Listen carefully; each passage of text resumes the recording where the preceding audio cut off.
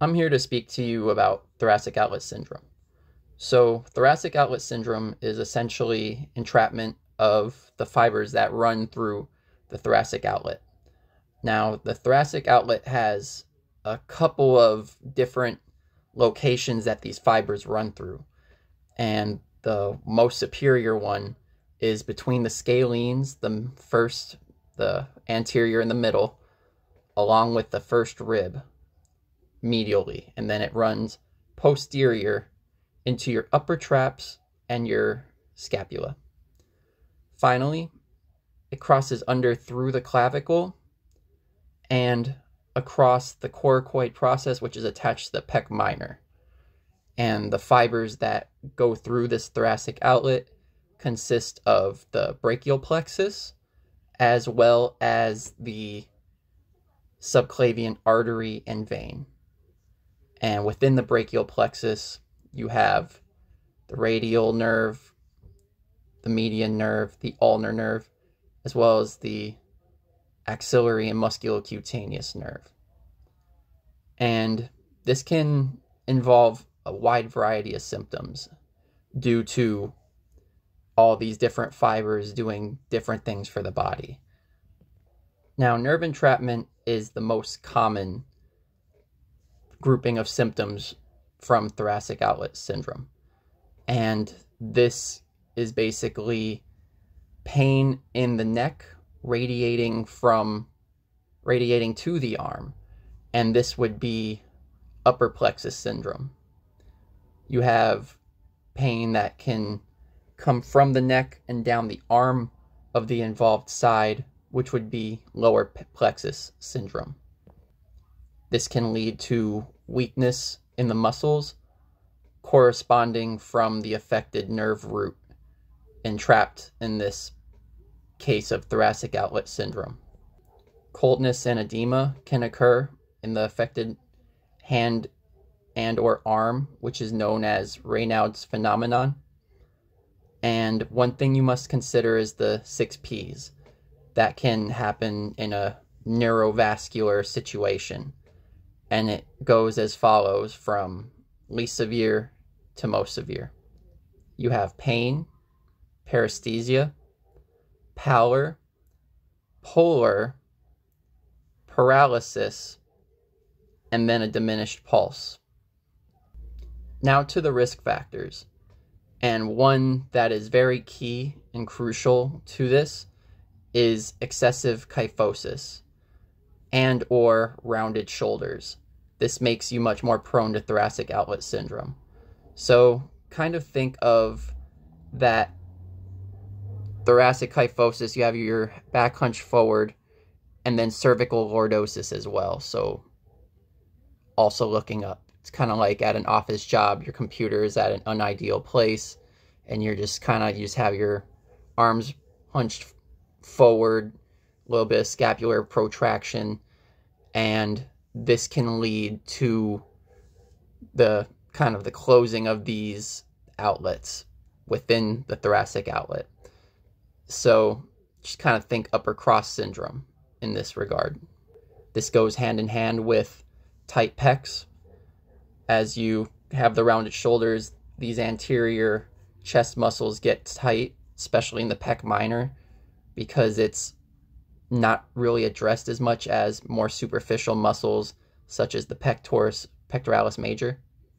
Also, excessive use of accessory breathing, which is essentially your scalenes, also a little bit of your sternocleidomastoid, but especially the scalenes, because this is part of the thoracic outlet. This uplifts the first rib, which is also part of the thoracic outlet. This kind of creates a perfect storm of further closure of that loop that the fibers run through, and that can cause compression on these fibers. Trauma and congenital factors can also lead to thoracic outlet syndrome. So you can just be born with, I wouldn't want to call it a defect, because there's such little room for error with these circumstances over here.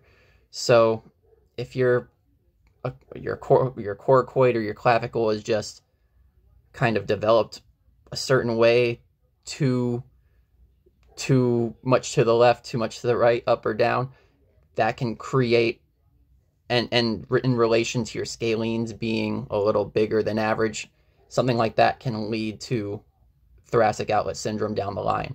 Also trauma. So if a bone is knocked a certain way, can easily cause enclosure and entrapment on the fibers running through the thoracic outlet. Another thing to consider is that people from age 30 to 40 are most prone to get it. That seems to be the highest incidence of people getting it as far as age range.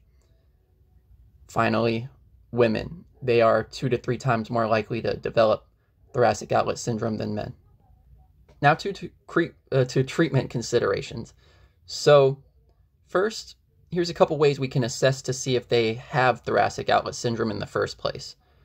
I'll give you a test for the neuro aspect as well as the vascular aspect of it. First, neuro, and that is the Adson's test.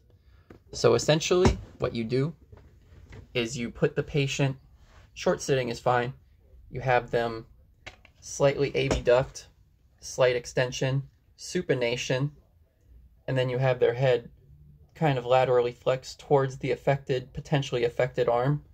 Then you palpate for the radial artery. And then you have them hold their breath for a little bit.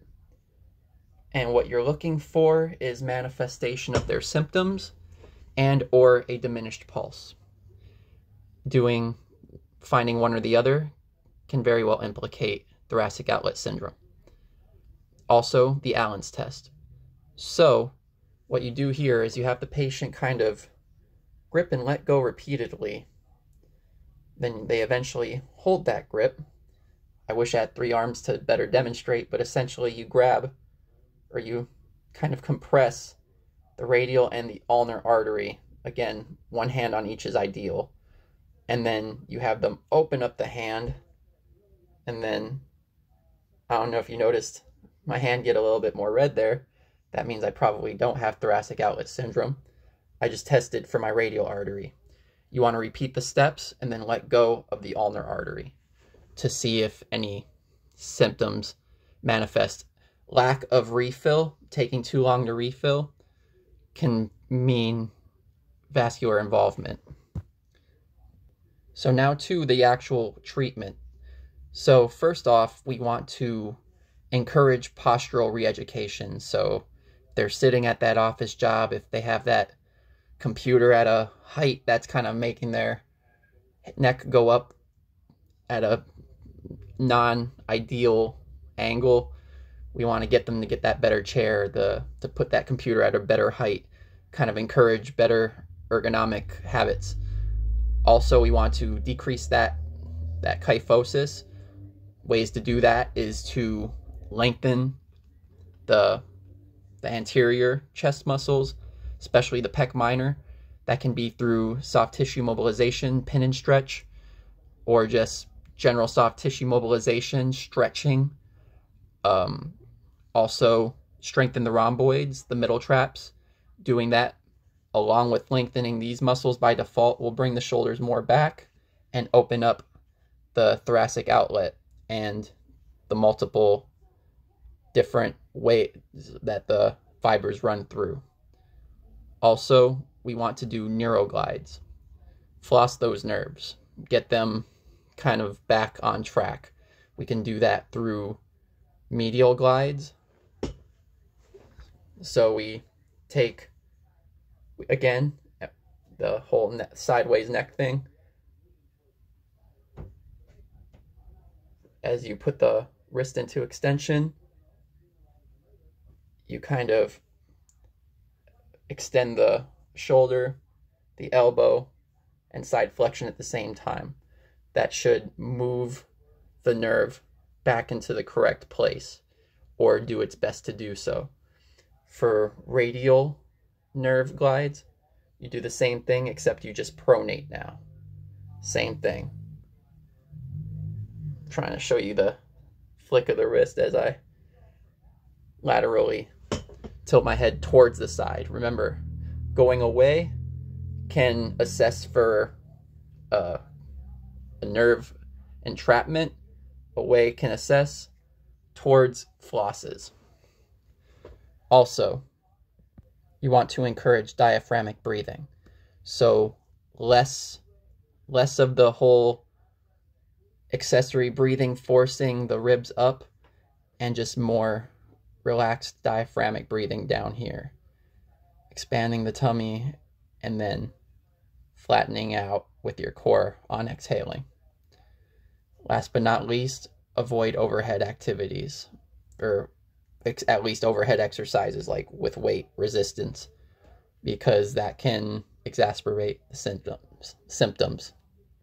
If symptoms don't resolve within 4 months, surgery is also an option. Scalenectomy, which is basically removal of the muscle from the first rib, with or without rib resection, is an option, and this has been known to be pretty successful at a 70-75% success rate with reduced symptoms.